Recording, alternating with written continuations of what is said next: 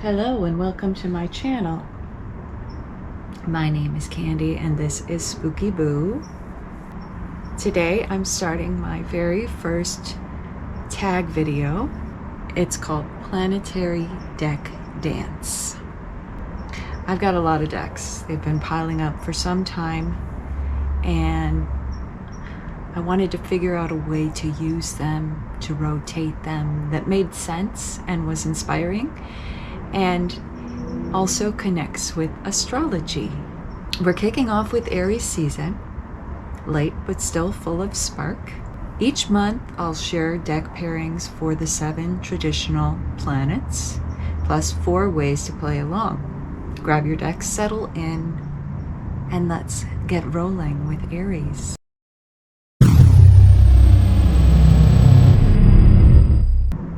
So here's how it works. I'm pairing a tarot and oracle deck with each of the 7 traditional planets. My Virgo rising puts Aries in my 8th house. So for my choices, I'm filtering through that 8th house energy of death and taxes, sexual fetishes and such are also in there. Can be in there, especially for Venus in Aries, where she is in detriment or exile. The sun is exalted in Aries, good place for the sun to be. Saturn is a bit down, he is depressed in fall in Aries. Mars is at home, his own domicile, right? So let me show you my choices here. We've got, for the moon, I wanted to go with goddess decks. The moon is comfort, it's the body, it's our day-to-day habits and such, what we enjoy, emotions, and it is the goddess, it is the mother.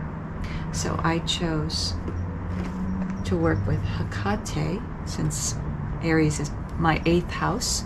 She carries the torch to light the way. I have the Philarcos and the Hecatean oracle, and here are the backs.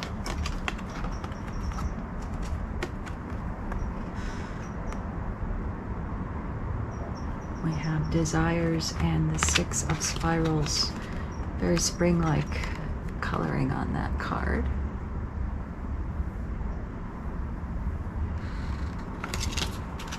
We have ecstasy and the 10 of fire. And we have illumination and the wheel of fortune. For my Mercury decks, I decided I wanted to go with Fae decks, but you could go with a study deck, something that takes a little work, mental work to work with. That would make a lot of sense. I chose the Forhaxa deck and Wisdom of the Wild Things Oracle.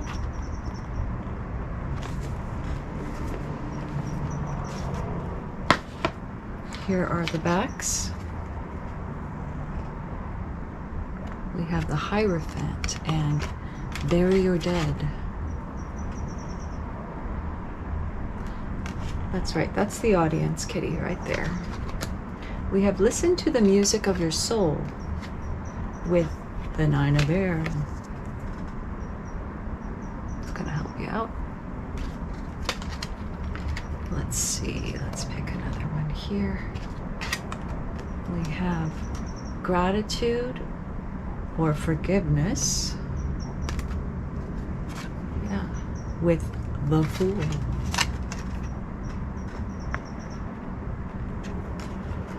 Okay, next we're moving on to Venus. I have the Tarot of Persephone's Garden, Chthonian edition, and the Death Doula. There's the backs. We have Tower and Regeneration. Venus is, as I said, in exile or detriment here. Surrender and romance. Yes. Priestess of Swords and Balance. Okay, next we have the Sun. Sun is exalted. The Golden Rider. And Kim Krantz is Wild Unknown. I wanted to use some of my RWS decks. I have quite a number of them, so it makes sense to use them for the Sun, but I think using a plant deck or a stone deck or an animal deck would work beautifully for the Sun choices. This deck is out of print.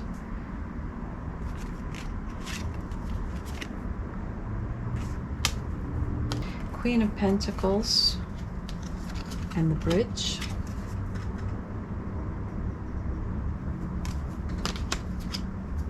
Four of Wands and the Desert.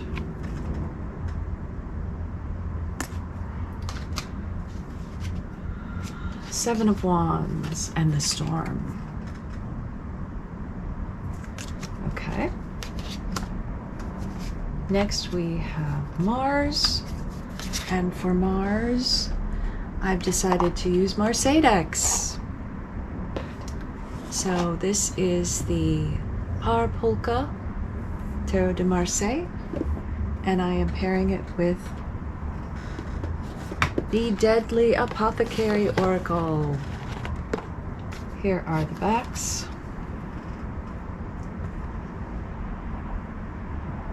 We have Snowdrop, Go with the Flow, and the Ace of Swords.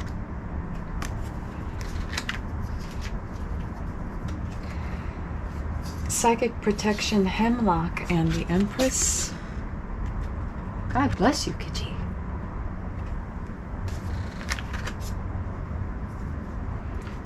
Cuckoo Pint, Sovereign Boundaries, and the Ace of Pentacles.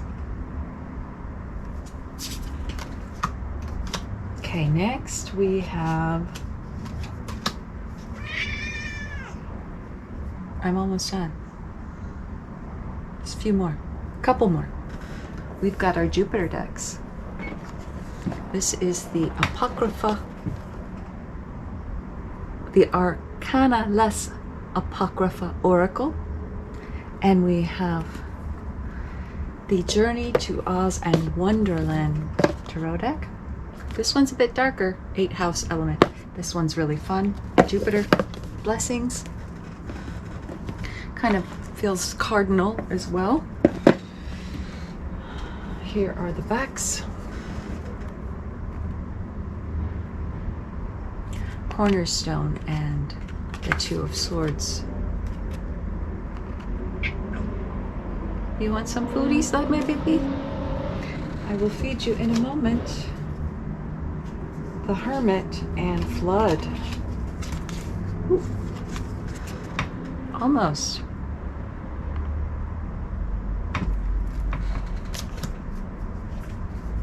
Seven of Cups and the Masochist. Okay. The World and Rainbow Body. Last one is Saturn. Saturn in Aries.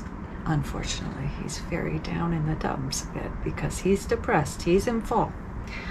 And I'd like to use vampire decks for my Saturn decks. This one is kind of a vampire feel to it. It is out of print. Cruel Things Tarot, Fournier deck, and also out of print, The Haunted Manor.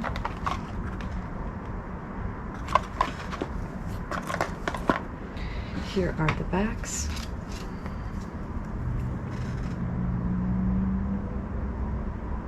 Set Sail and The Lovers.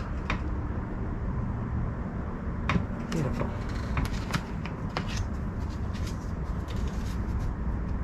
Apple Take a Bite in Death. Ooh, got some Snow White vibes here.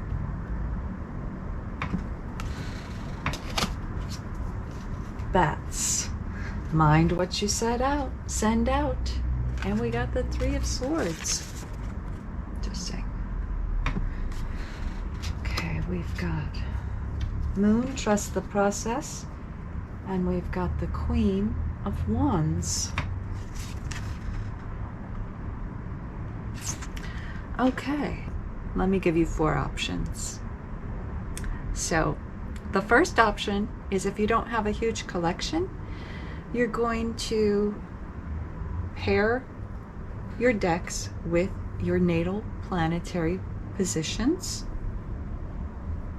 And you can just use one deck for each traditional planet, and you're going to use those decks on those planetary days or nights or the planetary hour based on your question, right?